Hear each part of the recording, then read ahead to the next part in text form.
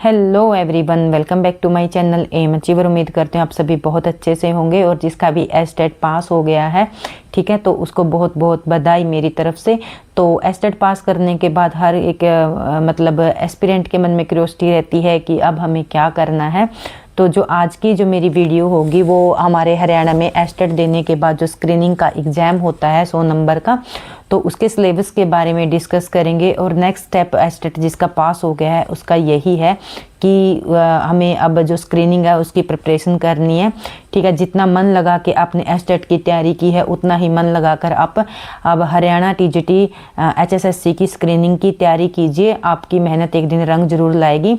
तो आज की वीडियो में मैं आपको जो हरियाणा में स्क्रीनिंग होगा 100 नंबर का होगा, 50 का हमारा सब्जेक्ट पूछ लिया जाता है और 50 में हमारे अदर सब्जेक्ट होते हैं। वो मैं आपको जब सिलेबस की अब मैं वीडियो करवाऊंगी उसमें मैं आपको अच्छे से बता दूंगी कि क्या क्या आता है, ठीक है। और मैं आपको ये जरूर कहना चाहूँगी कि एस्टेट से इजी होता है स्क्रीनिंग। आपको टेंशन नहीं लेनी है कि कैसे होगा, ठीक है। तो एस्टेट से ज़्यादा डिफ़िकल्ट नहीं है। जब आप एस्टेट कर सकते हो तो स्क्रीनिंग तो उससे मतलब थोड़ा इजी ही होता है। तो जो मैं आपको सिलेबस बता रही हूँ एक बार देख लीजिए। और मैं आपको नेक्स्ट वीडियो में आपको जो एचएसएससी का टीजीटी का हिंदी का पेपर है वो भी मैं आपको अच्छे से करवाऊंगी और बताऊंगी कि कहाँ से क्या आया हुआ था, ठीक है। तो मैं आपको वीडियो में अब भी यही कहती हूँ कि आप व्याकरण के ऊपर फोकस रखिए। और मैं हर वीडियो में कहती हूँ कि व्याकरण मोस्ट इंपॉर्टेंट होती है। तो जब मैं पेपर करवाऊंगी आप अच्छे से समझ जाओगे कि व्याकरण कितनी इंपॉर्टेंट होती है। चलो डिस्कस करते हैं सिलेबस के ऊपर। जैसा कि मैंने आपको बताया कि हरियाणा को जो स्क्रीनिंग एग्जाम होगा उसमें जो सिलेबस होगा वो क्या क्या होगा वो मैं आपके सामने अब लेके आ गई हूँ। आप अच्छे से देख लीजिएगा क्या क्या पूछा जाएगा और कितना कितना मार्क्स का पूछा जाएगा, ठीक है। ये हमारा जो 2023 में हमारा टीजीटी हिंदी का एग्जाम हुआ था, ठीक है, टीजीटी हिंदी का हुआ था, ये उसी का सिलेबस है, ठीक है। 50 नंबर का मैं आपको बता देती हूँ। 50 नंबर का हमारा जो कॉमन पार्ट होगा, ठीक है, कॉमन पार्ट के अंदर 3-4 सब्जेक्ट होंगे, ठीक है, कॉमन पार्ट होगा। और 50 नंबर का हमारा क्या है, हमारा सब्जेक्ट पूछा जाएगा, सब्जेक्ट से क्वेश्चन पूछे जाएंगे, ठीक है। यही पैटर्न है 100 नंबर का हमारा एग्जाम होगा। 50-50 नंबर के अंदर इसको डिवाइड कर दिया गया है। और जो 2023 में वैकेंसी आई थी उसमें सिर्फ 30 ही सीटें थी हिंदी की, और वो भी सारे हरियाणा में नहीं आई थी। मेवात कैडर के अंदर क्या आई थी, वो मेवात कैडर के अंदर क्या आई थी, वैकेंसी आई थी, ठीक है। तो इतनी ज्यादा हिंदी की वैकेंसीज नहीं आई थी। उम्मीद करती हूँ अब की बार जब वैकेंसी आए तो हिंदी की हाई लेवल पर वैकेंसी आए, ठीक है। तो हिंदी की वैकेंसी आए बहुत समय हो गया है। तो चलो डिस्कस करते हैं अब हम सिलेबस के बारे में। तो इन्वायरमेंट सबसे पहले जैसे पार्ट को कॉमन पार्ट का जो सिलेबस है उसके बारे में डिस्कस करते हैं, ठीक है।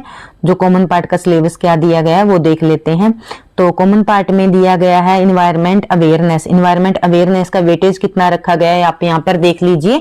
तो 10 नंबर के आसपास हमें इन्वायरमेंट अवेयरनेस से क्वेश्चन पूछे जाएंगे, ठीक है। और जो इन्वायरमेंट अवेयरनेस के जो टॉपिक है वो देख लीजिए। इकोलॉजी हो गया, ठीक है, इकोसिस्टम के कॉन्सेप्ट हो गए, डेवलपमेंट हो गया, सोर्स की जो एडवांटेज हो गई, डिसएडवांटेज हो गई, रेवनेबल और नॉन रेवनेबल एनर्जी रिसोर्सेज हो गए, रेन वाटर हार्वेस्टिंग हो गई, ठीक है।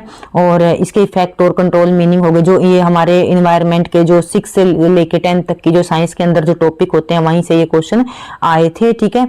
तो आगे एयर एंड नॉइज पोल्यूशन से संबंधित क्वेश्चन थे, ठीक है। जो एयर और नॉइज पोल्यूशन ने सिलेबस दिया, वाटर एंड सोइल पोल्यूशन से, ठीक है। इनको तो हम समझ के आधार पर भी कर सकते हैं, फिर भी 6 से 10 तक की साइंस से लिया गया मटेरियल मैं आपको बता दूं। जो हमारी 6 to 10 तक की एनसीईआरटी है, ठीक है, एनसीईआरटी से लिया गया है जो ये टॉपिक, ठीक है, एनसीईआरटी से, ठीक है। तो वहां साइंस से लिए गए टॉपिक हैं ये सभी, ठीक है। वाटर और सोइल पोल्यूशन जो कि 6 से 7 क्लास में होता है ये टॉपिक, ठीक है। एयर और नॉइज पोल्यूशन, ठीक है, वहीं से लिया गया। इफेक्ट ऑफ पोल्यूशन हो गया, ह्यूमन हेल्थ हो गया, इकोलॉजी हो गया, एयर पोल्यूशन कंट्रोल के मेथड हो गए, नॉइज पोल्यूशन हो गया, ठीक है। आप अच्छे से इन टॉपिक को देख लेना, ठीक है। सभी जो मैंने आपको बता दिया कि एनसीईआरटी से लिए गए हैं। वाटर के बारे में हो गया, वाटर पोल्यूशन क्या होता है, ठीक है, impurity in water, causes of water pollution, source of water pollution, effect of the water pollution, human health, concept of DOB, OD, COD, ठीक है। Prevention of the water solution हो गया, वाटर ट्रीटमेंट प्रोसेस हो गया, ठीक है। Water equality standard हो गया, ठीक है। सॉइल पोल्यूशन हो गया। तो टोटल कहने का भाव ये साइंस के टॉपिक यहाँ से लिए गए हैं, ठीक है। Impact of energy usage of environment, ठीक है। ग्लोबल वार्मिंग के क्वेश्चन हो गए, ग्रीन हाउस इफेक्ट हो गया, ठीक है। ओजोन लेयर हो गया, एसिड रेन हो गया, ठीक है। सभी ये टॉपिक ना सच पूछो तो जियोग्राफी और हमारी साइंस से लिए गए टॉपिक है। 6 to लेके 10 तक की साइंस के ही टॉपिक हैं, ठीक है। उसके बाद है हमारी हरियाणा जीके, और हरियाणा जीके का वेटेज कितने दिया गया है, 20% दिया गया है। 10% किसका था, हमारा EVS का था, ठीक है। और 20% क्या है, हरियाणा जीके का दिया गया है, ठीक है। तो ये मत समझना कि 20 ही क्वेश्चन होंगे, ठीक है। ये वेटेज बताया गया, 21 क्वेश्चन भी हो सकते हैं, ठीक है। 90 भी हो सकते हैं और 20 भी हो सकते हैं, ये वेटेज बताई गई है यहाँ पर। तो हरियाणा जीके से वही हो गया, हरियाणा की हिस्ट्री के हो गए, हरियाणा के करंट अफेयर के क्वेश्चन हो गए, हरियाणा के लिटरेचर के हो गए, जियोग्राफी के हो गए, इन्वायरमेंट के हो गए, कल्चर के हो गए, वेलफेयर स्कीम्स हो गई, ठीक है। स्कीम से क्वेश्चन जरूर आता है, मैंने पेपर देखा है पीछे वाला, तो स्कीम से भी क्वेश्चन है। State government of Haryana and provisions and therein, ठीक है। ये सारा हमारा हरियाणा का, ये हरियाणा जीके कंप्लीट ही करनी है, करंट साथ में करंट अफेयर को भी लगाकर। रोड सेफ्टी से भी 5 नंबर का क्वेश्चन पूछा हुआ था, ठीक है। तो उसके बारे में भी यहाँ पर उसकी वेटेज कितनी थी, 5 मार्क्स की वेटेज थी, ठीक है। 5% लगा लो, 5 मार्क्स, 5 या 4 के आसपास क्वेश्चन पूछे जाएंगे, ठीक है। और ट्रैफिक अवेयरनेस, जैसे ट्रैफिक रूल हो गए, ट्रैफिक के जो सिग्नल होते हैं वो उनकी पिक्चर देके पूछ ले जा सकती है कि ये कौन सा ट्रैफिक सिग्नल है। पनिशमेंट ऑफ वायलेंटिंग हो गया ट्रैफिक रूल की।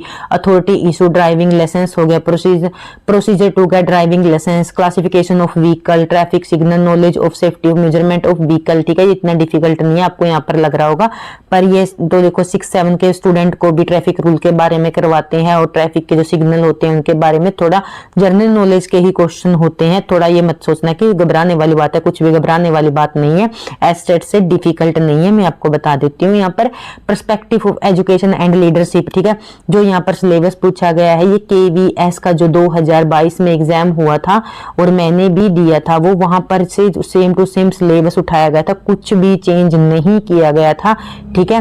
और वही सिलेबस है ये, ठीक है। यदि अब एग्जाम आता भी है, वैकेंसी आती भी है, जो 2022 का KVS का एग्जाम था वहीं से सारा का सारा ये उठाया है, और इसकी वेटेज 15 दी गई है, 15 क्वेश्चन के आसपास आ जाएंगे यहाँ पर।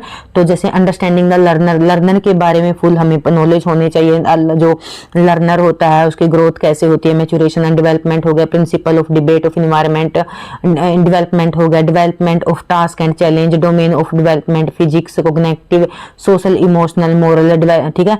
तो ये सभी ये टॉपिक यहाँ पर दिए गए हैं। अंडरस्टैंड द लर्नर के बारे में, ठीक है। एडोलसेंस के क्वेश्चन हो गए, एडोलसेंस की नीड क्या होती है, चैलेंज क्या होते हैं, ठीक है। Designing institute of support, role of primary and secondary socialisation agency हो गया, ठीक है।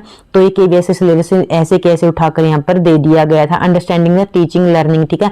यहाँ पर जो क्वेश्चन पूछे जाएंगे वो अंडरस्टैंडिंग टीचिंग और लर्निंग से पूछे जाएंगे, ठीक है। जो टीचिंग मेथड क्या क्या होते हैं, क्लासरूम इन्वायरमेंट कैसा होना चाहिए, understanding the discipline of power, ठीक है। कॉग्निटिव और कंस्ट्रक्टिज्म के बारे में पूछा गया है, ठीक है। तो यहाँ पर रोल ऑफ टीचर का क्या रोल होता है, role of learner, nature of teacher, student relationship, ठीक है। बहुत ही कॉमन सेंस से रिलेटेड क्वेश्चन थे यहाँ पर, बहुत ईजी क्वेश्चन आए हुए थे, ठीक है। Factor of effective learning and their implication हो गया, ठीक है। डिजाइन क्लासरूम इंस्ट्रक्शन हो गया, ठीक है। वहां से क्वेश्चन दिए गए हैं सभी ये, ठीक है। और एजुकेशन पॉलिसी से भी क्वेश्चन थे, ठीक है।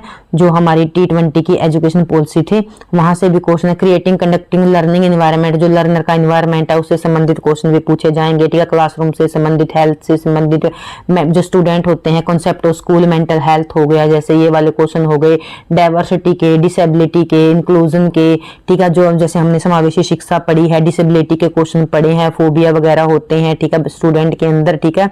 तो डिसेबिलिटी का देखो क्वेश्चन हर एग्जाम में आता ही है, वहां से हो गया, ठीक है। टाइप ऑफ डिसेबिलिटी, कितने टाइप के डिसेबिलिटी होते हैं, वहां से भी क्वेश्चन है ये, ठीक है। तो इन सबको हमने थोड़ा जो इसके अंदर वो टीचिंग एप्टीट्यूड है इसको थोड़ा अच्छे से करना है, ठीक है। टीचिंग एप्टीट्यूड के क्वेश्चन आते हैं यहाँ पर, ठीक है। तो उसके बाद है स्कूल ऑर्गेनाइजेशन एंड लीडरशिप के क्वेश्चन होते हैं। लर्नर एंड इफेक्टिव प्रैक्टिनर हो गया, टीम बिल्डर हो गया, इनिशिएटर हो गया, कोच के बारे में हो गया, मेंटल हेल्थ के बारे में हो गया, ठीक है। ये सभी क्वेश्चन यहाँ से स्कूल ऑर्गेनाइजेशन और लीडरशिप से पूछ लिए जाते हैं। उसके बाद पर्सपेक्टिव ऑफ एजुकेशन, ठीक है। यहाँ पर जो जो एनएमपी के जो सारे क्वेश्चन है वहां से क्वेश्चन पूछे गए, जो एनएपी 2 जो 2020 है इसको सारी को पढ़ना ही पड़ेगा, ठीक है, वहां से क्वेश्चन है, ठीक है, तो वो लिया है। उसके बाद है हमारा सब्जेक्ट, ठीक है, सब्जेक्ट से क्वेश्चन पूछे ही जाते हैं, तो ये हमारा टीजीटी हिंदी है जो उसका सिलेबस यहाँ पर डिस्कस कर रहे हैं, ठीक है, ये उसका सिलेबस है, ठीक है। तो अब जैसे 50 नंबर का हमारा कॉमन पार्ट होता है, 50 नंबर का यहाँ पर क्या है हमारा सब्जेक्ट है, ठीक है। तो सब्जेक्ट के अंदर आपको एक इंटरेस्टिंग बात बताऊंगी, ठीक है, ध्यान से देखना, पहले मैं सब्जेक्ट का सिलेबस आपको बता देती हूँ, ठीक है। यहाँ पर क्या ब्लंडर हुआ था एग्जाम के अंदर वो देख लेना। तो सब्जेक्ट में क्या दिया हुआ है, हिंदी साहित्य का इतिहास दिया हुआ है, आदिकाल दिया हुआ है, भक्ति काल दिया हुआ है, रीतिकाल दिया हुआ है, ठीक है, और उसकी उत्पत्ति कैसे हुई, जो हिंदी साहित्य की समस्याएं क्या थी हिंदी साहित्य में, विशेषताएं क्या है हिंदी साहित्य की। हर एक क्लास जब भी मैंने आपका स्टेट के लिए पढ़ाया है तो विशेषताएं मैंने हर टॉपिक की आपको करवाई है। उम्मीद करती हूँ वहां से आप अच्छे से आपका हिंदी साहित्य तैयार हो गया होगा। प्रमुख कवि हो गए, लेखक हो गए, रचनाएं होगी, ठीक है, कहानी, नाटक, उपन्यास, ठीक है, ये गद्य पाठ हमारा रहता है और इसको भी हम अच्छे से डीप से करेंगे, ठीक है, बहुत हाई लेवल पे करेंगे उपन्यास नाटक, ताकि हम कभी करें कभी भी भूले ना हम, ठीक है। तो उसके बाद है हमारा संज्ञा सर्वनाम विशेषण, हमारा ये वाला पार्ट है हिंदी व्याकरण, संज्ञा सर्वनाम विशेषण, क्रिया विशेषण, कारक, काल, अविकारी विकारी दोनों हो गए, वर्ण विचार हो गया, ठीक है, शब्द विचार हो गया, वाक्य विचार, समास, संधि, अलंकार, विलोम, पर्यायवाची, अनेकार्थी और हिंदी की गद्य पदम, ठीक है, गद्य पद जितनी भी रचनाएं हैं सबके बारे में यहाँ पर दिया गया है। जैसे कि मैंने आपको कहा था कि मैं आपको एक इंटरेस्टिंग बात बताऊंगी, वो इंटरेस्टिंग बात ये है, जब टीजीटी हिंदी का पेपर हुआ सिलेबस में ये इस पार्ट से सिंगल एक क्वेश्चन भी नहीं पूछा गया, एक क्वेश्चन भी। 50 के 50 नंबर की क्या पूछ ली गई हमसे, व्याकरण पूछ ली गई एग्जाम के अंदर, ठीक है, क्या पूछ ली गई, व्याकरण पूछ ली गई। इससे आप क्या समझे कि आपको हिंदी व्याकरण पर फोकस करना है, जैसा कि मैं आपको बार बार कहती थी स्टेट के एग्जाम में भी कि आप अच्छे से प्रिपरेशन कीजिए, अच्छे से व्याकरण को कीजिए, क्योंकि व्याकरण ही ज्यादा पूछी जाती है। और वही हुआ, 15 नंबर की हमारे सब्जेक्ट कॉमन पार्ट में थी और 60 नंबर का जो हमारा सब्जेक्ट है वहां पर भी 25-26 नंबर के आसपास हमारी व्याकरण आई हुई थी। तो यहाँ पर भी 50 नंबर की क्या समझे, 50 नंबर का एक क्वेश्चन भी नहीं आया, सारा व्याकरण से आया, ठीक है। जो इस पार्ट को बहुत डीपली पढ़ के गए थे, व्याकरण जिसकी वीक थी, ठीक है, चाहे इस पार्ट में उनको 100% आता हो, वो स्टूडेंट का सिलेक्शन बिल्कुल भी नहीं हुआ होगा। जिसकी व्याकरण अच्छी होगी उसका ही सिलेक्शन हुआ होगा। और अब की बार जो केवीएस हुआ, ठीक है, एनवीएस हुआ और ईएमआरएस हुआ, मैंने सभी एग्जाम दिए हैं जो रिटर्न में हुए हैं, इसलिए मैं आपको अच्छे से समझा पाती हूँ। वहां पर एग्जाम में सेम यही ब्लंडर हुआ, व्याकरण के क्वेश्चन बहुत ज्यादा पूछ लिए गए, हिंदी साहित्य नाम मात्र ही पूछा गया था, ठीक है।